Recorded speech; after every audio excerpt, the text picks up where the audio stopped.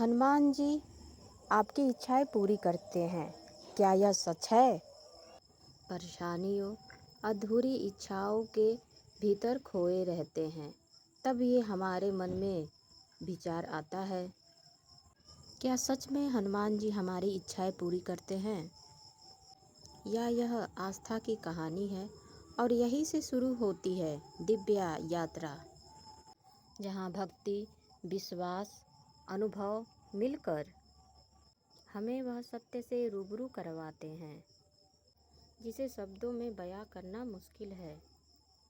हनुमान जी केवल संकट मोचन ही नहीं बल्कि इच्छा पूर्ति के देवता हैं, क्योंकि वह जानते हैं कि उनका भक्त किस पीड़ा से गुजर रहा है और उनका मन इतना करुणामय है कि वह अपने भक्त के जीवन में वह सारी खुशियाँ ले आते हैं जो उसके लिए सर्वोत्तम होता है।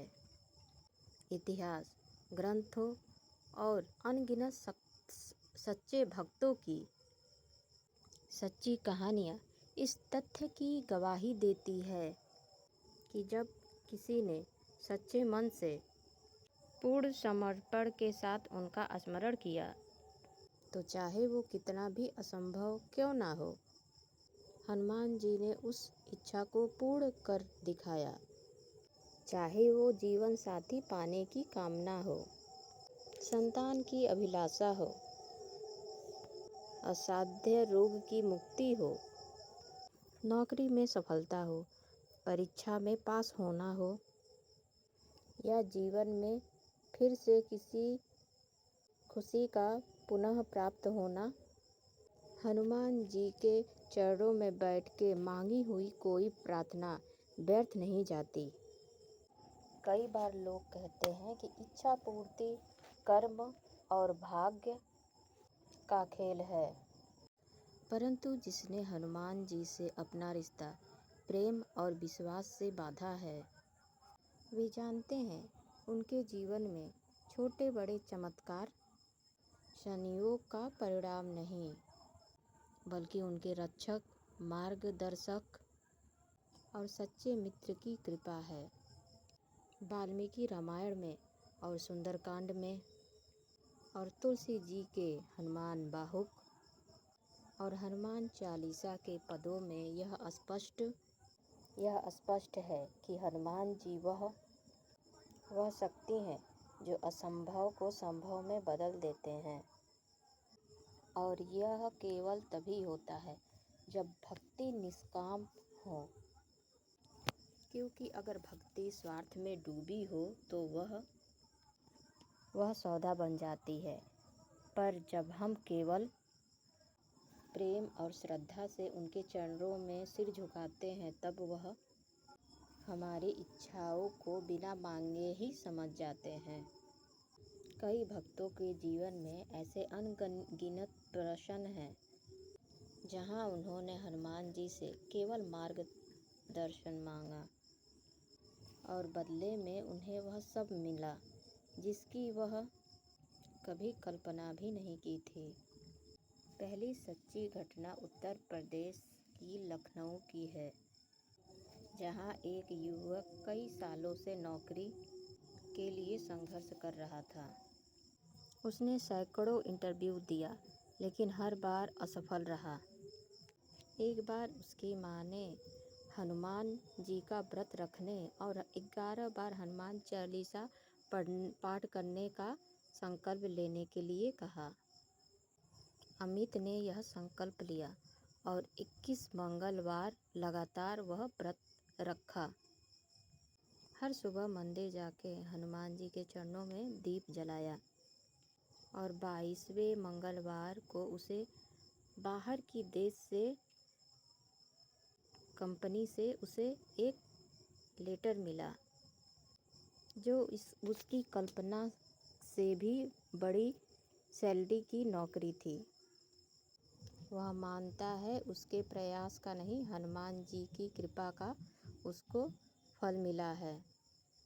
दूसरी घटना राजस्थान की सीकर जिले की है, जहां एक महिला विमला देवी शादी के 12 साल बाद भी संतान सुख से वंचित थी। कई डॉक्टरों से इलाज करवाया, लेकिन कोई परिणाम नहीं निकला। फिर एक दिन उसने टीवी पर सुंदरकांड का महत्व का परिणाम सुना और 9 सप्ताह सुंदरकांड पाठ का संकल्प उठाया। हर शनिवार वह पूरे परिवार के साथ पाठ करती और 10वें सप्ताह डॉक्टर ने उसे बताया कि वह गर्भवती है। आज उसका बेटा हर मंगलवार को जाकर हनुमान जी को फूल चढ़ाता है।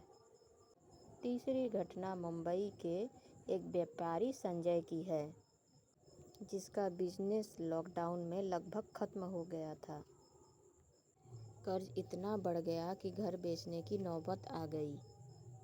तब एक मित्र ने उसको यह सलाह दी कि श्री हनुमते नमः का 108 बार जाप करे और मंगलवार को हनुमान जी के मंदिर में जाकर तेल चढ़ाए। संजय ने ये किया और कुछ ही हफ्तों में उसे एक बड़ा कॉन्ट्रैक्ट मिला। न केवल उसका कर्ज चुकाया, बल्कि उसे व्यापार में फिर से खड़ा कर दिया। चौथी कहानी एक मेडिकल कॉलेज में पढ़ने वाली एक छात्रा की है, जो मेडिकल कॉलेज में बार बार असफल हो रही थी। निराश होकर उसने पढ़ाई छोड़ने का निश्चय कर लिया और उसकी दादी ने उसे कहा कि हनुमान जी से कहो कि उसे सही समय पे सही अवसर दें। प्रियंका ने रोज़ सुबह उठकर 5 बजे सुंदरकांड करने का संकल्प लिया और परीक्षा के दिन भी जाके मंदिर में आशीर्वाद लिया।